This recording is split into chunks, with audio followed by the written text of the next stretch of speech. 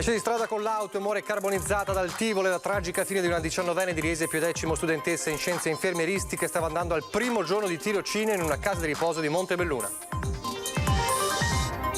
Le parole di chi ha visto il dramma compiersi sotto i suoi occhi. Dopo il botto è scoppiato subito il rogo, è successo tutto in pochi secondi. Il dolore del sindaco di Riese, giorno tragico per la nostra comunità. Elisa Girolametto era volontaria alla Croce Rossa di Bassano, il dolore degli amici e poi l'incredulità alla casa di riposo di Montebelluna dove doveva iniziare il tirocinio. Se pensate ci sia qualcosa di illegale, denunciate. Così Zaia e le opposizioni in 5ª Commissione Sanità, assieme ai tecnici ripercorsi 15 mesi di emergenza e anche alcuni retroscena. Domani lutto cittadino a Montebelluna per il funerale del 23enne morto nel tragico incidente sul lavoro in cantiere. La richiesta dei genitori del ragazzo, l'area si è dedicata a Mattia. Il violento pestaggio di Piazza Cima Conegliano, la polizia identifica 2 componenti della banda, sono ventenni kosovari, per loro anche il divieto per 2 anni di avvicinarsi ai bar del centro. Con i lavori alla galleria sud del Monte Baldo lungo la 27 a Vittorio Veneto potrebbero riversarsi da qui a ottobre 600 auto in più all'ora, tavolo in prefettura per evitare i disagi. Tra 2 giorni al Museo di Santa Caterina apre al pubblico la prima nuova mostra post-pandemia, le nuove Afroditi di Andrea Meneghetti, un progetto itinerante pensato per le raccolte archeologiche in Italia. Telespettatori di Antenna 3, buonasera e ben ritrovati. Il telegiornale di Treviso è dunque, l'avete visto e sentito dai titoli, un'ampia pagina in apertura sulla tragedia che si è consumata poco prima delle 6 dal Tivoli, la tragica fine, orribile fine di una 19enne di Riese Piodecimo che si stava recando al primo giorno di tirocinio al lavoro a Montebelluna. La tragedia si è consumata alle prime luci dell'alba, intorno alle 5:30, lungo questa strada, via degli Alpini, a San Vito di Altivole. Elisa Girolametto, 19 anni, studentessa di infermieristica all'Università di Padova, è al volante della sua Fiat Punto. Era partita dalla sua casa di Riese Piodecimo per raggiungere Montebelluna. Oggi, infatti, era il suo primo giorno di tirocinio alla casa di riposo Umberto I. Pochi istanti e il dramma. L'auto esce di strada finendo la sua corsa contro questo muretto, poi le fiamme, come racconta un residente. Un botto e preso la macchina, ha preso fuoco subito. In pochi minuti sul posto arrivano i vigili del fuoco di Castelfranco che spengono le fiamme. Per Elisa però purtroppo non c'è più nulla da fare. Le indagini per ricostruire le cause dell'incidente affidate ai carabinieri di Riese Piodecimo. Di quanto accaduto prima ancora che facesse giorno restano i segni sul luogo della tragedia. Nel fossato le tracce delle fiamme, l'odore acre che non si è ancora dissolto. Vicino al muretto qualcuno ha lasciato un mazzo di fiori e una piantina per ricordare Elisa e una vita che si è spezzata troppo presto.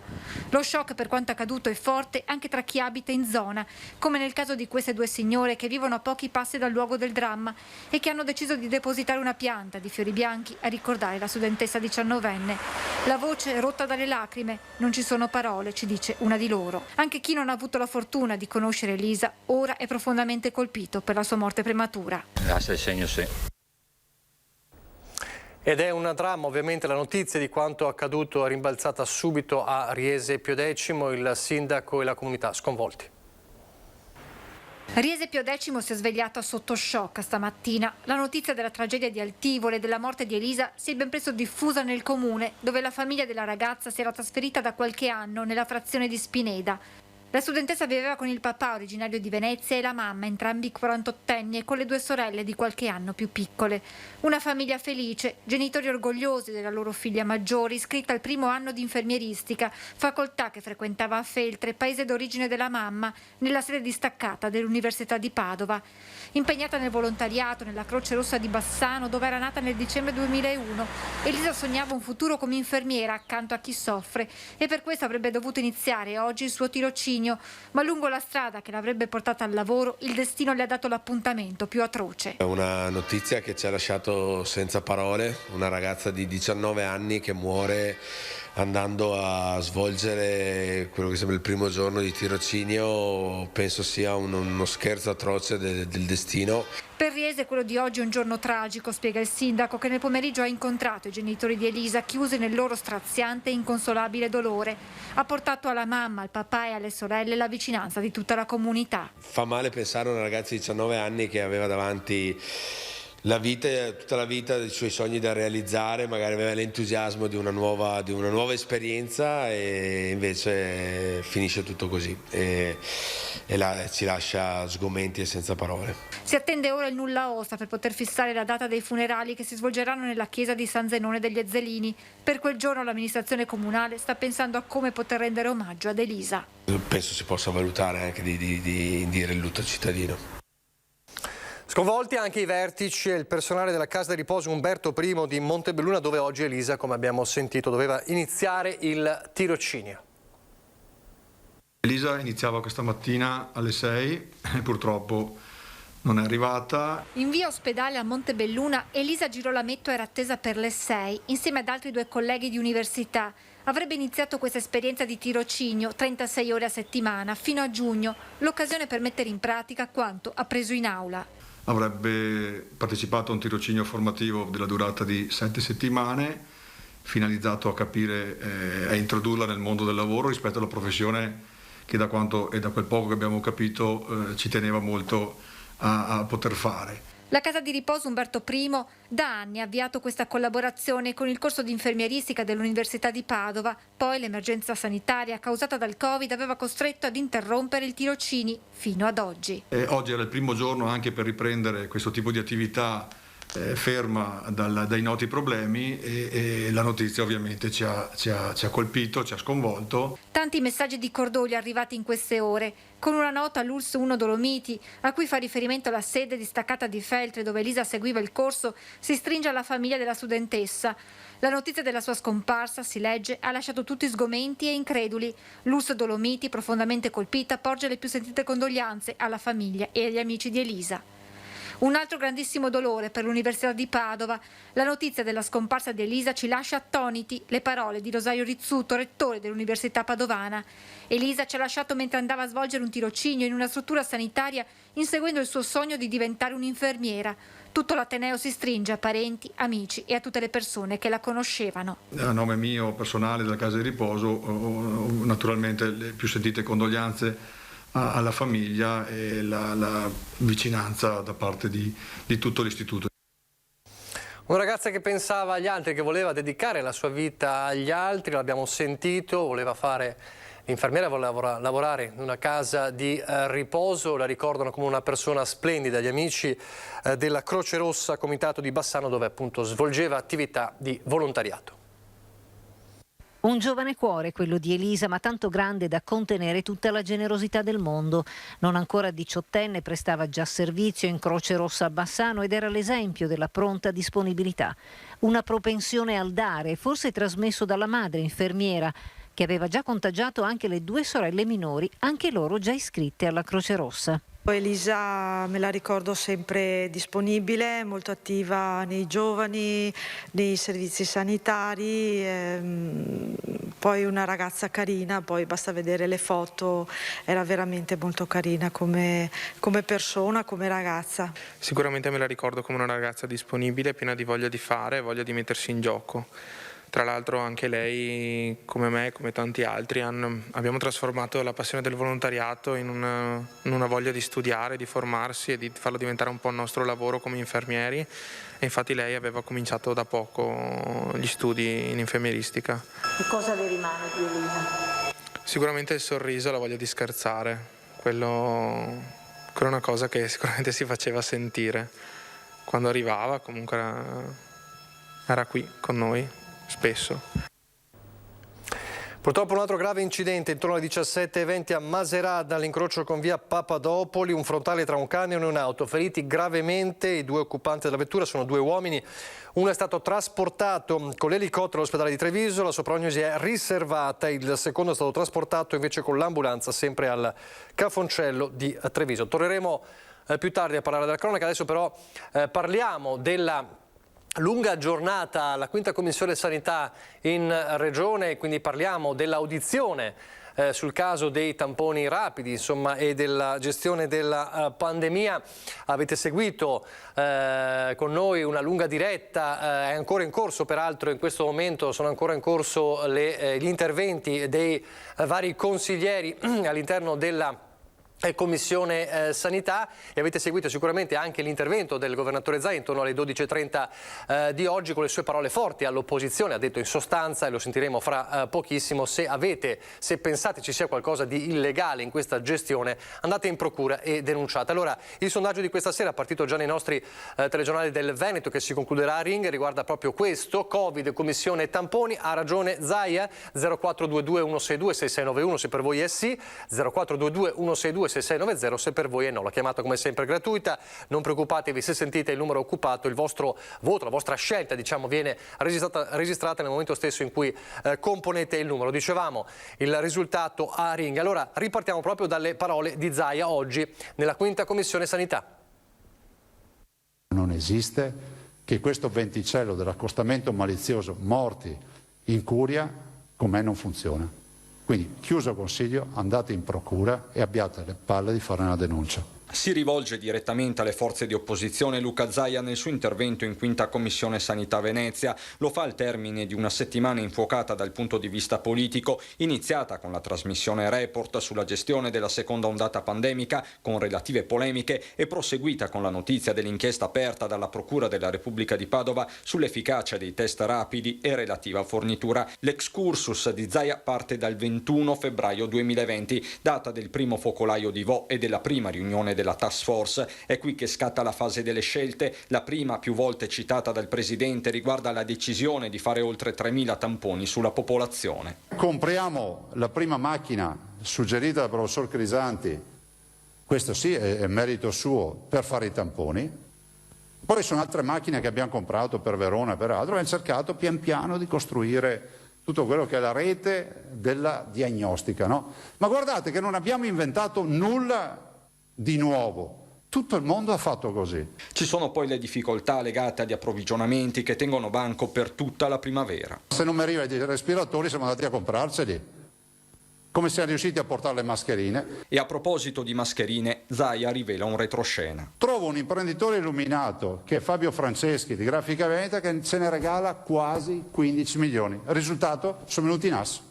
In autunno il Covid si ripresenta, si comincia a parlare di varianti, di mutazioni fino al picco di fine anno. I test molecolari vengono alternati a quelli rapidi per lo screening di massa. I tamponi rapidi, che poi fra l'altro nel frattempo vengono anche autorizzati e consegnati gratuitamente, cioè i tamponi che abbiamo utilizzato gran parte ci venivano consegnati gratuitamente dalla struttura commissariale, giustamente, e anche i medici di base per la diagnostica, sono stati assolutamente l'occasione per arrivare all'ultimo lembo. La terza ondata, continua il Presidente, colpisce meno il Veneto rispetto ad altre regioni. Veneto che in un anno assume quasi 6.000 nuovi operatori sociosanitari, 700 milioni di investimento totale in sanità. E questo per arrivare ai vaccini di oggi. Finalmente le dosi sono disponibili, con il governatore che ribadisce l'intenzione di tenere AstraZeneca solo per gli over 60, come consigliato da EMA. E fatte le seconde dosi che faremo nel mese di maggio e giugno, poi noi passati ai 50-59 andiamo di Pfizer o di Moderna. Non è vero che si può utilizzare, o meglio è vero che si può utilizzare, ma anche è vero che è raccomandato sopra i 60 anni. Per Zaia il contenimento della pandemia quindi è vicino. La mia visione è quella che noi, se riusciamo a mettere in sicurezza tutti gli over 60, i maschi sopra i 65 anni e le donne sopra i 75, abbiamo messo in sicurezza il 90% del problema con i vaccini. Con Zaia in 5ª Commissione Sanità, come era stato annunciato, una lunga lista di tecnici, li abbiamo visti spesso alternarsi a Marghera alla Protezione Civile, tra questi ovviamente il direttore generale della Sanità Flor, che ha dato nuovi dettagli sul caso dei test rapidi. Ha detto oggi lo studio Crisanti non modifica la pratica clinica. Sentiamo. Da 6 mesi stiamo discutendo su una cosa che ad oggi è raccomandato non può influenzare la pratica clinica. Di che cosa stiamo parlando?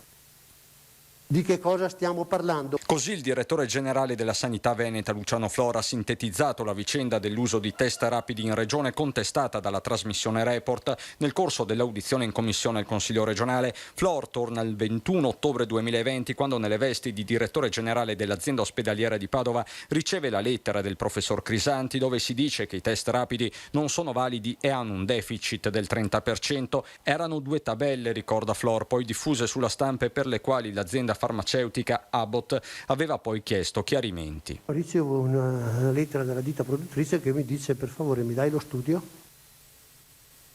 Per favore, mi dai lo studio? Ora questo è in atti, la lettera che ho ricevuto è registrata e protocollata, la lettera ditta che ricevo è protocollata e mi chiede lo studio. Io chiedo a chi ha fatto lo studio di avere lo studio. Ma lo studio, riporta Flor, non c'è. L'ok del comitato etico arriva a gennaio inoltrato. L'autorizzazione a fare questo studio, c'è scritto qua dentro, è stata chiesta dopo. Dopo che io ho detto non c'è lo studio, ci si appresta a chiedere l'autorizzazione e si chiede il parere al comitato etico. E il comitato etico si riunisce il 17 dicembre e dà l'autorizzazione il 13 gennaio. Non sono date che mi invento, sono scritte qua dentro. Lo studio viene anche messo su questa piattaforma in attesa di pubblicazione, si chiama pre-stampa, pre-print.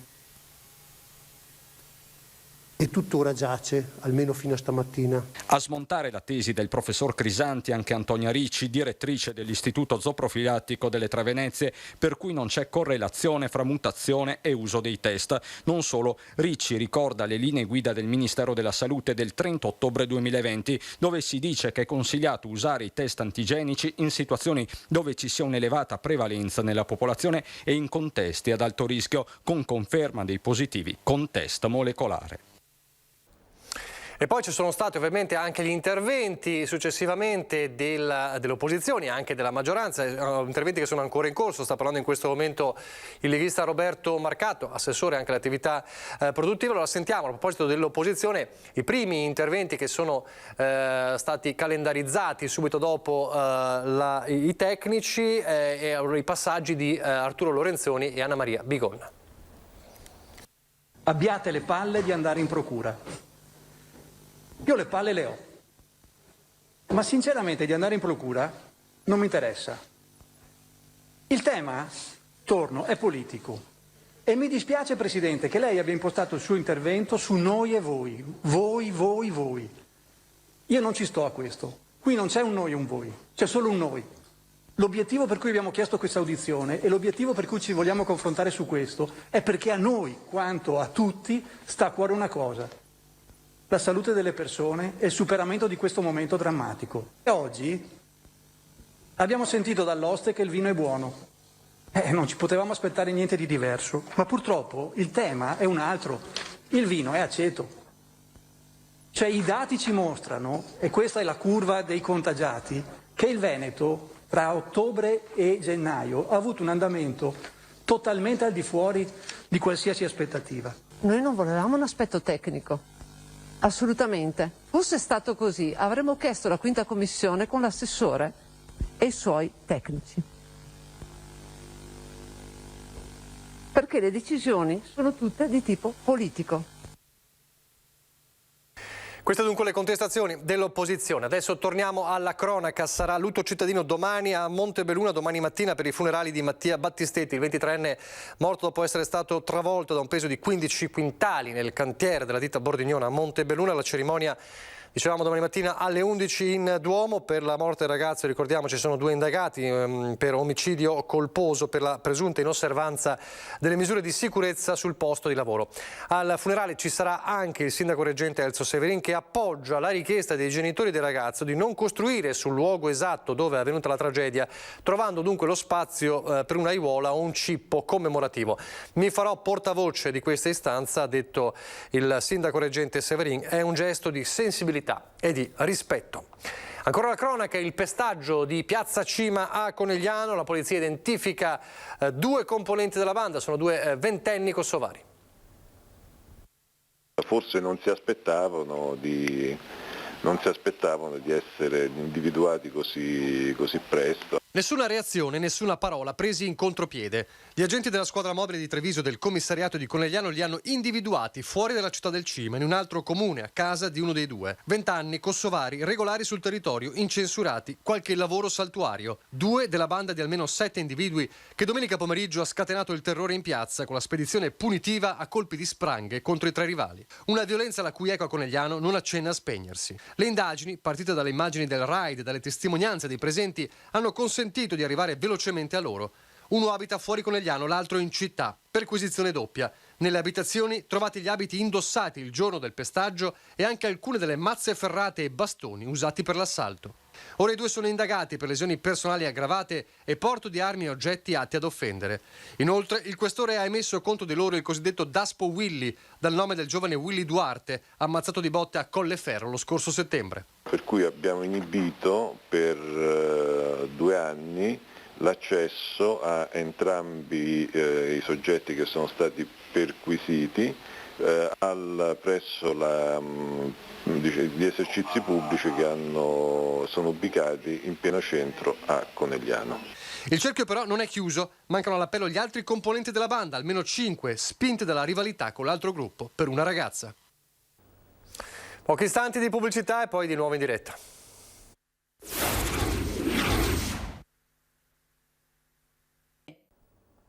Di nuovo in diretta il telegiornale di Treviso, ripartiamo dai disagi al traffico vissuti questa mattina a Villorba per una betoniera rimasta incastrata nel sottopasso ferroviario di via Selghere a Carità. Sul posto per liberare il mezzo edile sono intervenute alcune squadre di Vigili del Fuoco di Treviso, come vedete nelle immagini, e la polizia locale di Villorba. Illeso l'autotrasportatore, ma dicevamo disagi al traffico. A proposito di disagi al traffico, un tavolo tecnico in prefettura questa mattina molto importante perché serve a evitare che quest'estate si ripropongano le code chilometriche tra il Vittoriese e il Bellunese a causa degli inevitabili lavori di messa in sicurezza della galleria sud del Monte Baldo. Mitigare gli inevitabili disagi che i lavori alla galleria sud del Monte Baldo lungo l'autostrada A27 comporteranno da qui a ottobre.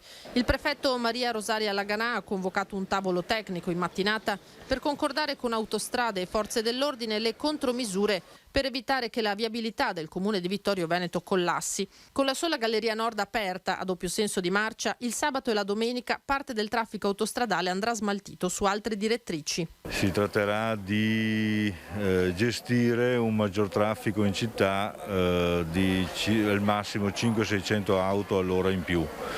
E questo concentrato nelle giornate di sabato e domenica. C'è da fare i conti con chi rientra dalla montagna, ma anche con i bellunesi che tornano a casa dopo una giornata al mare, dice Miatto. Questo doppio flusso dobbiamo adesso gestirlo con una sola canna autostradale, con il faralto che verrà ripristinato nell'interezza della sua potenzialità, con un intervento in una rotatoria e con una serie di deviazioni di convenienza, per cui inviteremo gli automobilisti a optare per varie soluzioni viarie in base alla destinazione loro finale. 20 settimane di lavori a rischio code come quelle vissute già l'estate scorsa. Presumiamo che non si formeranno più le code dell'anno scorso di 10-12 chilometri, ma saranno praticamente spalmate queste code in diversi rivoli in modo da minimizzare l'impatto. In Piazza dei Signori a Treviso un presidio delle lavoratrici ATA, le collaboratrici scolastiche supportate dalla CGIL. Il sindacato chiede l'immediato avvio delle selezioni per procedere alla seconda fase della internalizzazione di queste figure professionali. Sentiamo le loro voci. C'è una manifestazione che è qui a Treviso è regionale, ma ce n'è una in queste stesse ora a Roma, perché per dire al governo che si dia una mossa per il bando di internalizzazione delle signore che pulivano nelle scuole, il secondo step, cioè quelle che hanno 5 anni di requisiti per entrare a lavorare nelle scuole. Non portano via il posto a nessuno, ma è il posto loro di diritto per legge. Stiamo aspettando la firma del decreto. Se non passa questo benedetto decreto, rischiano a giugno di rimanere completamente senza lavoro. Parliamo di persone che hanno una media di 50-55 anni. In provincia di Treviso abbiamo 14 posti accantonati, sono posti full time e abbiamo circa 25 lavoratrici aventi diritto. Le persone rimaste fuori invece, le lavoratrici rimaste fuori dalla prima internalizzazione sono circa 60 e chiediamo risposte anche per queste, perché il lavoro l'hanno perso e hanno diritto a un'occupazione proprio come le loro colleghe. Stiamo ancora aspettando, sia io e altre mie colleghe, di essere internalizzate almeno col secondo bando. A 57 anni mi ritrovo senza lavoro. In questo momento sono pagata miseramente con una FIS, lavoravo quasi 4 ore al giorno e si capisce che alla mia età è difficile trovare altro. Torniamo a parlare del caso della gestione, chiamiamolo così, un po' troppo vivace del Consiglio Comunale di Treviso da parte del presidente Iannicelli. Niente pace fatta in diretta a Ring ieri sera tra lui e il capogruppo Dem Pelloni, mentre l'opposizione si riserva di intraprendere iniziative. L'animata seduta di consiglio via online, i video degli scambi più vivaci finiti sul web, gli epiteti rivolti dal presidente Giancarlo Iannicelli al capogruppo PD Stefano Pelloni, lo screzio con la consigliera Dem Antonella Tocchetto. Il caso continua a tenere banco. In diretta a Ring, Iannicelli e Pelloni non hanno seppellito l'ascia di guerra, anzi. Noi ci aspettiamo dal presidente una conduzione del Consiglio Comunale che sia priva di questo tipo di affermazioni, soprattutto nei confronti della minoranza, perché come è ovvio risultano ancora più fastidiosi. Le scuse devono arrivare da entrambe le parti, ribatte in diretta Iannicelli, che a Tocchetto ha dato della bugiarda chiamandola infine avvocato come a schernirla. Faceva l'avvocato, nel senso che difende di tutto, no? Ma non siamo in un tribunale. Ma la diretta interessata è suonata come una presa in giro. Quasi a screditare il fatto che io sia un avvocato e sia una donna avvocato. Questo mi ha dato molto fastidio, ma molti colleghi nelle chat me l'hanno fatto notare. Io penso anche che un po' il sindaco, che è un po' Ponzio Pilato, se ne lavi le mani, dica dobbiamo essere tutti amici, ma in realtà la cosa non è così, ha molto infastidito la gente. Si potevano usare altri toni, dirmi bugiarda e chiuderla con l'avvocato in maniera così sprezzante anche per la professione che faccio, non mi è piaciuto per niente. Non finisce qui, il Partito Democratico non intende soprassedere. Come opposizione ci dobbiamo trovare, sicuramente qualcuno dell'opposizione sta dicendo che magari la mozione di sfiducia potrebbe essere un segnale, anche se sappiamo che ce la votiamo solo noi. Io sarei invece più per andare dal prefetto, secondo me potrebbe essere di chiarimento e anche di consiglio, e probabilmente lei potrebbe anche, come dire, trovare delle soluzioni accomodanti, visto che insomma rappresenta lo Stato e il Consiglio Comunale è parte dello Stato. Abbiamo raccontato ieri, annunciato ieri lo slittamento della Giornata Nazionale degli Alpini di Rimini San Marino al 2022. Oggi le parole del presidente nazionale ANA, Sebastiano Favero. Una decisione che era nell'aria, adesso è ufficiale. Il Consiglio Nazionale degli Alpini ha deciso di rinviare all'anno prossimo la 93esima adunata generale, quella che si sarebbe dovuta svolgere proprio quest'anno a maggio fra Rimini e San Marino. Dicevamo una decisione che era nell'aria. Di questa ufficialità e dei nuovi progetti, dei programmi futuri del Corpo Nazionale degli Alpini ce ne parla il presidente Sebastiano Favero. Sì, purtroppo abbiamo dovuto prendere a malincuore questa decisione. Il rischio di qualche focolaio poteva esserci e noi come alpini, che siamo impegnati fin dall'inizio di questa pandemia e anche oggi con le vaccinazioni, non volevamo certamente essere il veicolo di una ripresa, diciamo, della pandemia stessa. Abbiamo pensato che era molto più opportuno spostare tutto e far slittare tutto di un anno. Conseguentemente anche tutte le grandi manifestazioni della nostra associazione slitteranno di un anno. Il 2021, per quanto ci riguarda, le manifestazioni, diciamo, storiche importanti come l'Ortigara, come per noi il Grappa, il Tomba, come l'Adamello, saranno manifestazioni strettamente contenute in termini di numero, ma come l'abbiamo fatto nel 2020 una piccola rappresentanza sarà su questi appuntamenti, perché sono per noi gli appuntamenti fondamentali. Andiamo a Treviso, a Santa Caterina, la prima nuova mostra che aprirà dopo le chiusure. La prima mostra del tutto nuova, che prende avvio da quando i musei hanno riaperto. Le Afroditi dell'artista di Romano De Zellino Andrea Meneghetti, in mostra tra i reperti della Treviso antica a Santa Caterina dal 6 maggio al 6 giugno. È nuova sotto molti punti di vista, intanto perché è la prima, ma è anche la prima volta che il nostro museo archeologico ospita una mostra di un artista veneto e contemporaneo. È un modo anche per riscoprire il patrimonio del nostro museo archeologico, che è veramente importante. Il disegno, quindi la lamiera di ferro tagliata al laser e verniciata a mano. Queste opere veicolano anche un messaggio contro la violenza sulla donna, che va ancora prima perché non deve esserci nemmeno il pensiero della violenza sulla donna.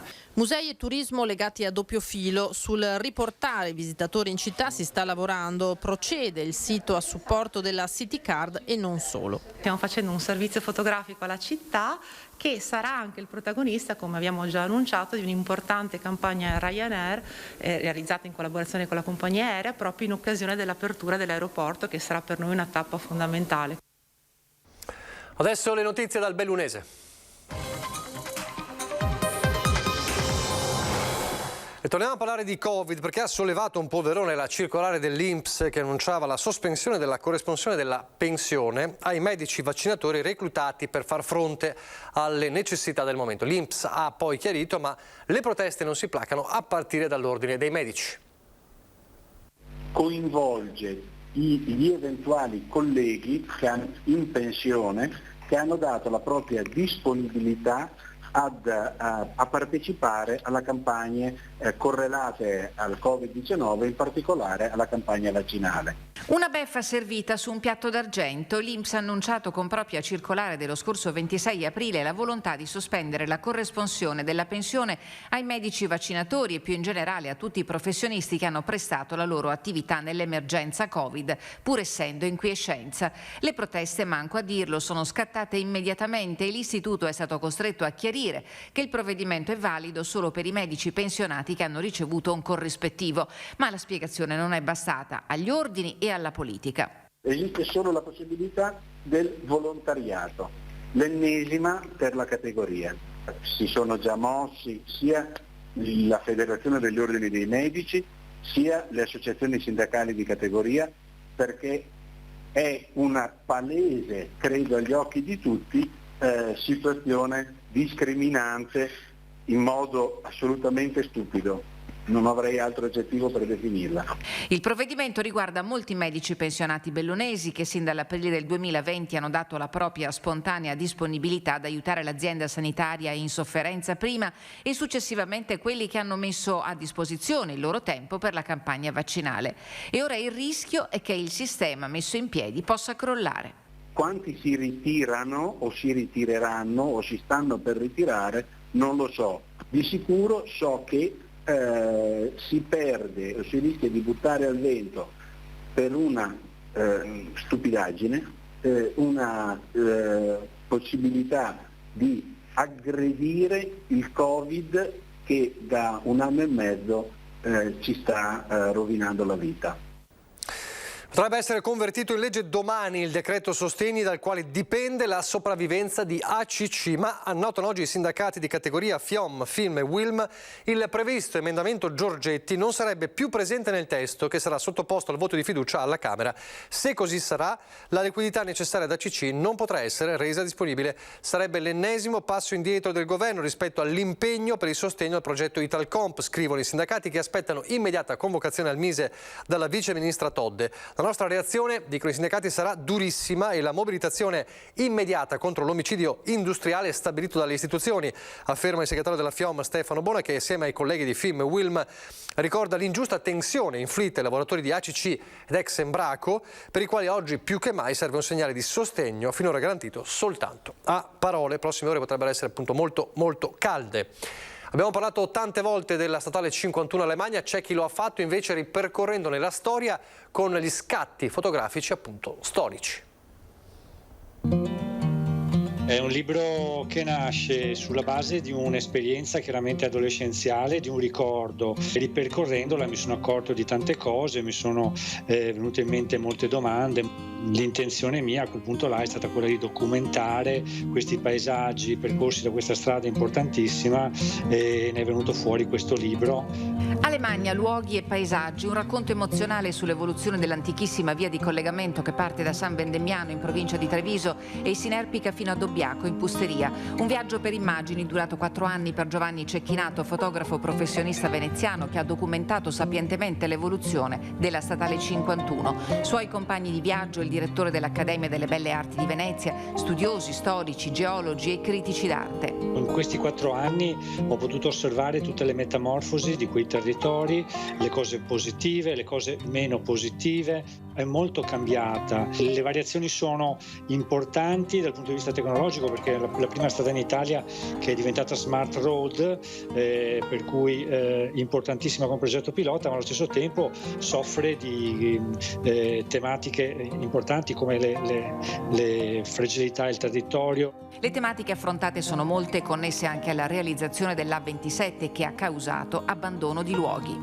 Ho scoperto che alcuni paesi, come mi pare fosse Termine, fossero circa 1 migliaio, sono rimasti una ventina, a Macchietto mi pare che adesso siano in 9, 10, per cui tutte queste piccole frazioni hanno subito una sorta di tracollo. Il volume si presenta con un'edizione preziosa e per questo Cecchinato ha pensato di supportare il suo lavoro attraverso un'operazione di raccolta fondi sulla piattaforma Produzioni dal Basso, un sostegno per la rifinitura dell'opera che sarà disponibile per gli appassionati entro fine luglio. Stanno continuando gli interventi alla Quinta Commissione Sanità in questa lunga giornata dedicata appunto all'audizione sulla questione tamponi rapidi e gestione della pandemia in Veneto, della seconda ondata soprattutto, e sarà ovviamente il tema cardine al centro della discussione di Ringa alle 21:15. Gli ospiti di Ferdinando Avarino sono l'onorevole Gianantonio D'Arè, europarlamentare della Lega, Cristian Ferrari, segretario della CGIL del Veneto, l'onorevole Luca De Carlo di Fratelli d'Italia, Marco Bonet del Corriere del Veneto e l'imprenditore Roberto Rizzo. Ci sarà anche ovviamente l'esito del sondaggio che vi abbiamo mostrato, che vi mostriamo, ecco, magari l'ultima volta lo facciamo vedere, sulle parole di Zaia, insomma, di oggi. Covid, commissione tamponi, ha ragione Zaia, sì o no? Quelle le due opzioni. Vi lascio al meteo, grazie per averci seguito, arrivederci.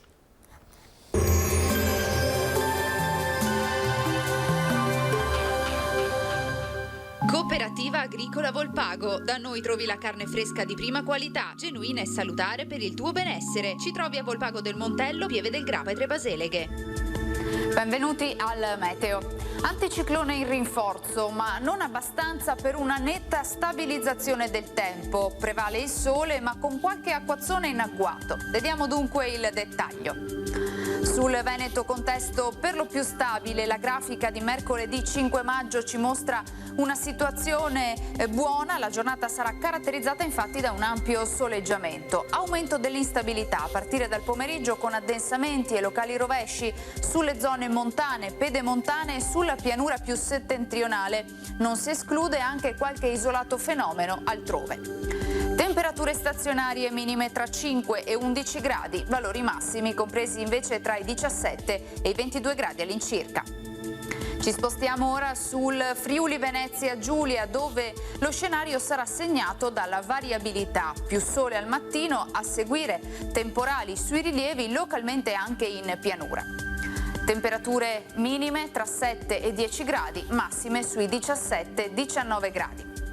Infine ci spostiamo sul Trentino Alto Adige, anche qui avremo un'alternanza di momenti asciutti e soleggiati con qualche altro momento con qualche pioggia.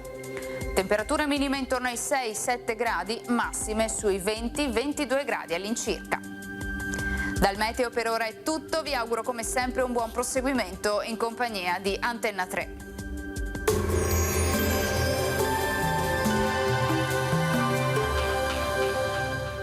Cooperativa Agricola Volpago. Da noi trovi la carne fresca di prima qualità, genuina e salutare per il tuo benessere. Ci trovi a Volpago del Montello, Pieve del Grappa e Tre Baseleghe.